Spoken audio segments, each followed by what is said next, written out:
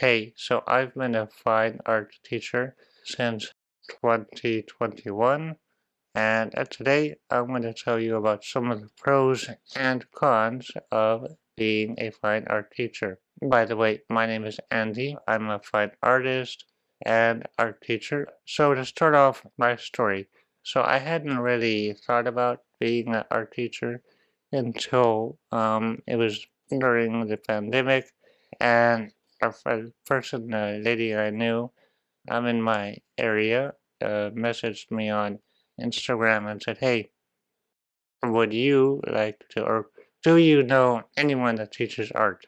Okay, and my son, she said, my son wants to learn to draw and paint and stuff. So I said, well, um, I could. I didn't tell her I hadn't or anything, but I said, hey, I could. She knew I was an artist. That's why she asked.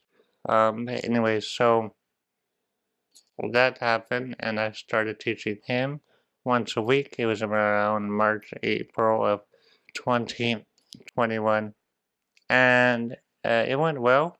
And then I got uh, two other kids of another lady I know in my community, and that went well. I did all this was done, by the way, over Zoom, um, and it went from there. So I would do like little lessons, or at first, I didn't know what I was doing. What I did know was I had experience from my mentor. Um, I've had different art teachers over the years, and so I knew what I liked, what I enjoyed about art teachers, and also what I didn't like. Um, so I tried to bring the positive aspects into my or into teaching into my teaching. So yeah, I went from there, and over time I gathered a few more students here and there. Along this time, the pandemic ended officially, or more than then. I found that I enjoy teaching both online and on Zoom, in other words, and also in person. We found that both have their advantages and uh, disadvantages.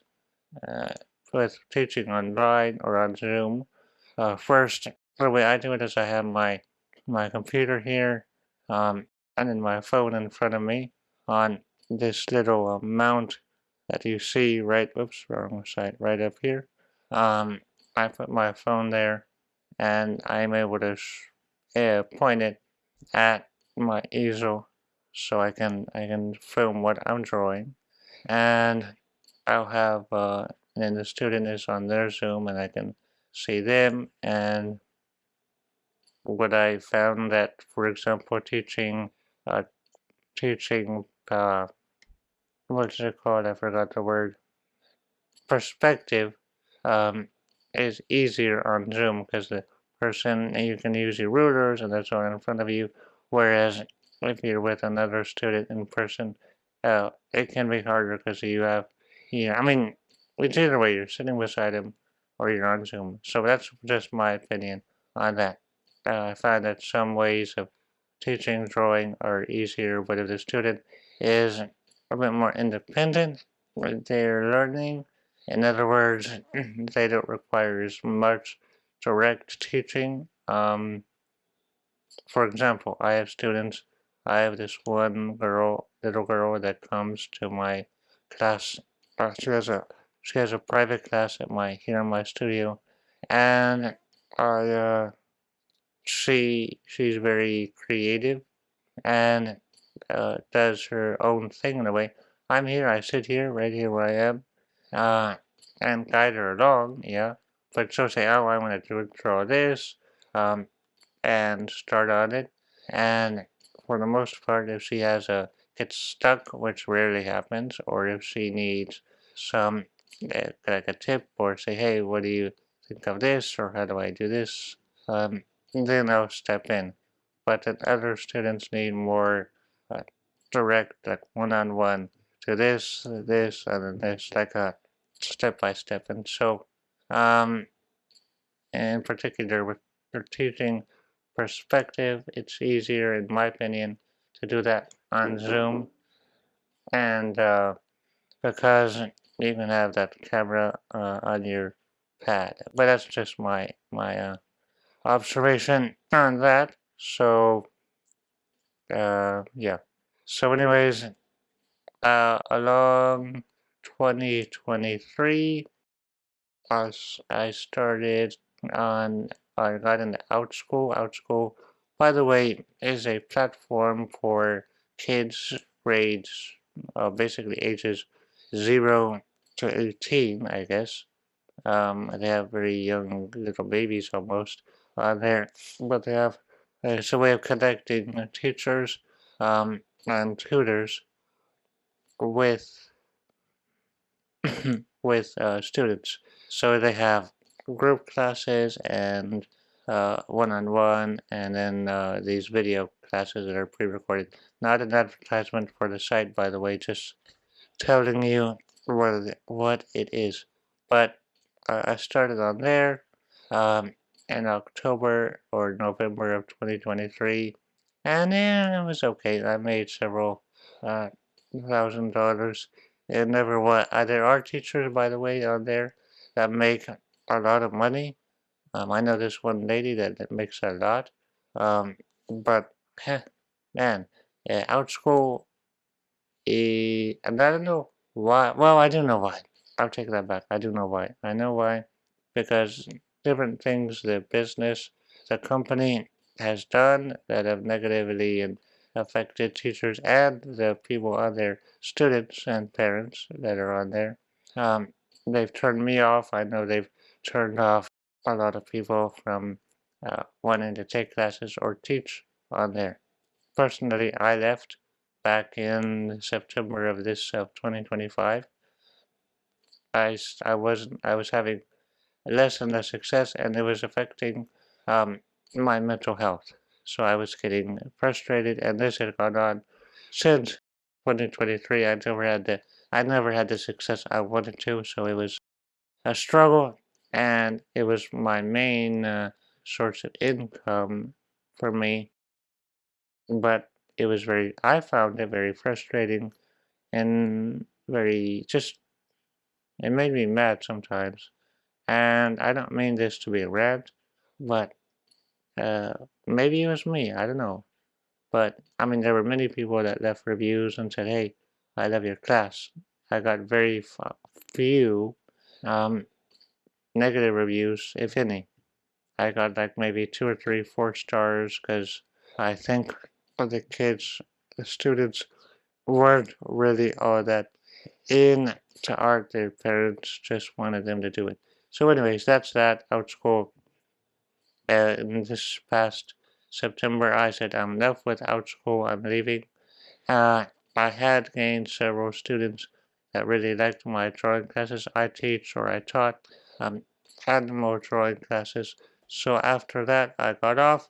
I started my own website, and right now I have one class that I teach on Tuesday afternoons for an hour, and I give classes to students. I have about 7 or 8 kids, ages 12 or no, 7 to 12, and they're really good. What I do is I teach drawing an animal, or maybe we did a cityscape one day. We did a mangrove scene with your typical mangrove um, biotope animals. So yeah, it's a fun class. And the one thing that I didn't like teaching on Outschool is that I had to do 35-minute classes, and I had so many that were like I had one student. So I would have one student here, one student over there, and it was all divided. So I was spending time, sometimes several hours, and I in the classes I could have up to like 18, but I would have very few.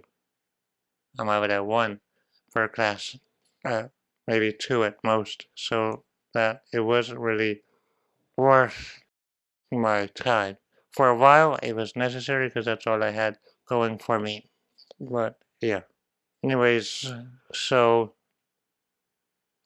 uh, I have that, and then going back to private students, one thing I found, private students, there are ones that are really, or private or online students, either way, there are ones that are very passionate, like the little girl I mentioned. She's very dedicated, very into art, very driven. I have another boy that comes.